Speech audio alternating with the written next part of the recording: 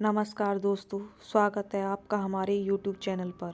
दोस्तों, आज मैं आपके लिए लेकर आई हूँ एक और नई सच्ची घटना। तो चलिए शुरू करते हैं। मनोहर का घर पुराने कब्रिस्तान के पीछे था और उसके घर के छत से वह कब्रिस्तान अच्छे से दिखता था। वह रोज उस कब्रिस्तान को पार करके ही अपने काम पर जाता था। मनोहर के 2 बच्चे थे और दोनों बच्चे बड़े ही शैतान थे। बड़े बेटे का नाम रॉकी और छोटे बेटे का नाम विक्की था। एक बार गर्मी की छुट्टियों में रॉकी और विक्की की बहन सोनिया भी आई हुई थी। तीनों मिलकर रात के लगभग 12 बजे तक एक रूम में ट्रुथ और डेयर खेल रहे थे। रॉकी सोनिया से पूछता है, तुम ट्रुथ लोगी या डेयर? सोनिया डेयर लेती है और पूछती है कि तुम लोग कुछ खतरनाक करने के लिए तो नहीं कहोगे। रॉकी बोलता है, ये हुई ना बात, तो जाओ अब छत पर से घूम करके आओ और छत पर रखे गमले में फूल तोड़कर लाना होगा, तभी हमें पता चलेगा कि तुम छत पर से आई हो। सोनिया छत पर से कब्रिस्तान दिखता है। नहीं, मैं नहीं जाऊंगी। रॉकी और विक्की दोनों सोनिया को छत पर जाने के लिए ज़बरदस्ती बोलते हैं। सोनिया छत पर जाती है और जाते ही गमले में लगे फूल की तरफ बढ़ती है। तभी उसकी नज़र कब्रिस्तान की ओर पड़ती है।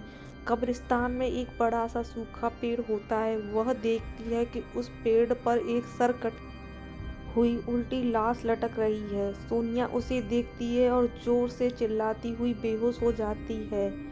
फिर जब सोनिया बहुत देर तक छत पर से नहीं लौटती तो रॉकी और विक्की दोनों डर जाते हैं और वह छत पर जाकर देखते हैं तो पाते हैं कि सोनिया बेहोश पड़ी है। वो तुरंत मनोहर को बुलाते हैं और सारी बात बताते हैं। मनोहर कहता है, तुम तीनों को ऐसा खेल खेलने की क्या ज़रूरत थी? और रॉकी, तुम तो जानते हो उस कब्रिस्तान के बारे में कैसी कैसी खबरें आती हैं, फिर भी तुम सोनिया को रात में छत पर जाने के लिए क्यों भेजा? मनोहर कहता है, और फिर कभी दोबारा ऐसा काम किया तो तुम दोनों को उसी कब्रिस्तान में छोड़ आऊँगा। अच्छा सोनिया बेटी, ये बताओ तुमने वहाँ ऐसा क्या देख लिया था कि तुम वहीं बेहोश हो गई? सोनिया सहमी हुई हालत में मनोहर को सारी बात बताती है कि उसने क्या देखा। मनोहर ने उस कब्रिस्तान के बारे में ऐसी खबरें पहले भी सुनी हुई थी, इसलिए वह सोनिया को डांटता नहीं है और बच्चों को संभल कर रहने की सलाह देता है। एक दिन मनोहर को काम से छुट्टी मिलने से देर हो जाती है और उस दिन उसे ऑटो भी नहीं मिलता। वह पैदल ही घर की ओर चल पड़ता है। इधर विक्की और रॉकी दोनों आपस में बात करते हैं। रॉकी, विक्की, तुम्हें क्या लगता है सोनिया ने जो कहा वो सच है? मुझे तो लगता है कि वो सिर्फ बातें बना रही है, वो उसका भ्रम होगा। विक्की, अरे नहीं भाई, तुमने उसकी हालत देखी नहीं, एक दिन भी और यहाँ रुकने को तैयार नहीं हुई। मुझे लगता है कि उसने सच में कुछ देखा होगा। रॉकी, चलो हम कब्रिस्तान में जाकर खुद ही देख लेते हैं। विक्की, अरे भाई तुम पागल तो नहीं हो गए हो?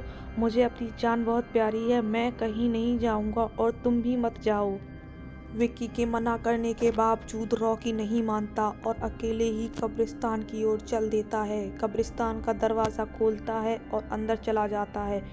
उस पेड़ की ओर भी देखता है जिस पर सोनिया को सर कटी हुई लाश दिखी। रॉकी खड़े होकर उस पेड़ की ओर देखता है, तभी एक अदृश्य हाथ उसके पैरों को पकड़ लेता है। रॉकी डर जाता है और जोरों से चिल्लाने लगता है, बचाओ बचाओ, छोड़ दो मुझे, मुझसे गलती हो गई, मैं फिर कभी यहाँ दोबारा नहीं आऊँगा। दूसरे कोने पर एक कब्र होती है जो खुली हुई होती है, उसके ऊपर खून लगा होता है। वह अदृश्य हाथ रॉकी को खींच कर लाते हैं और उस कब्र में ढकने की कोशिश करने लगते हैं। रॉकी चिल्लाता है, छोड़ दो मुझे, मुझसे गलती हो गई, मैं फिर कभी यहाँ नहीं आऊँगा, मुझे तुम मत मारो, मुझे जाने दो। मनोहर काम से पैदल घर पहुंचने वाला ही होता है। जैसे ही वह कब्रिस्तान से गुजरता है उसे रॉकी की आवाज़ सुनाई देती है। मनोहर कहता है, ये क्या? ये तो रॉकी की आवाज़ लगती है, ये तो कब्रिस्तान से आ रही है, मुझे जा कर के देखना चाहिए।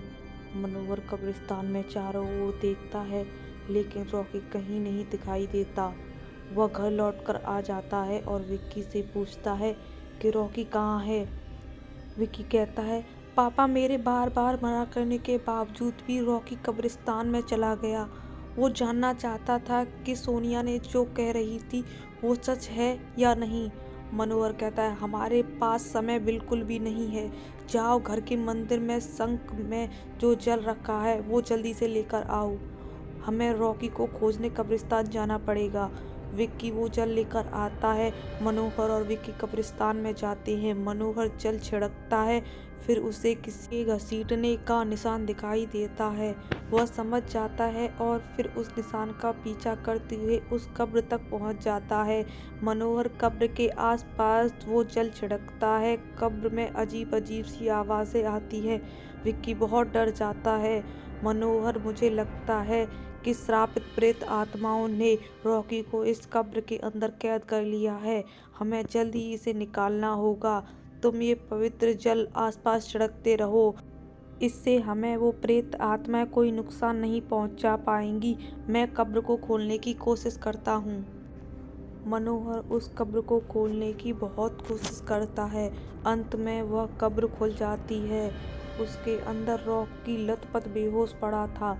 मनोहर रॉकी को लेकर हॉस्पिटल जाता है। उसकी हालत बहुत गंभीर होती है। उस दिन के बाद मनोहर उस घर को छोड़कर शहर से दूर एक दूसरे घर में अपने पूरे परिवार के साथ रहने चला जाता है। दोस्तों, आपको अगर हमारी कहानी अच्छी लगी हो तो इसे लाइक करें और हमारे चैनल को सब्सक्राइब करें। धन्यवाद।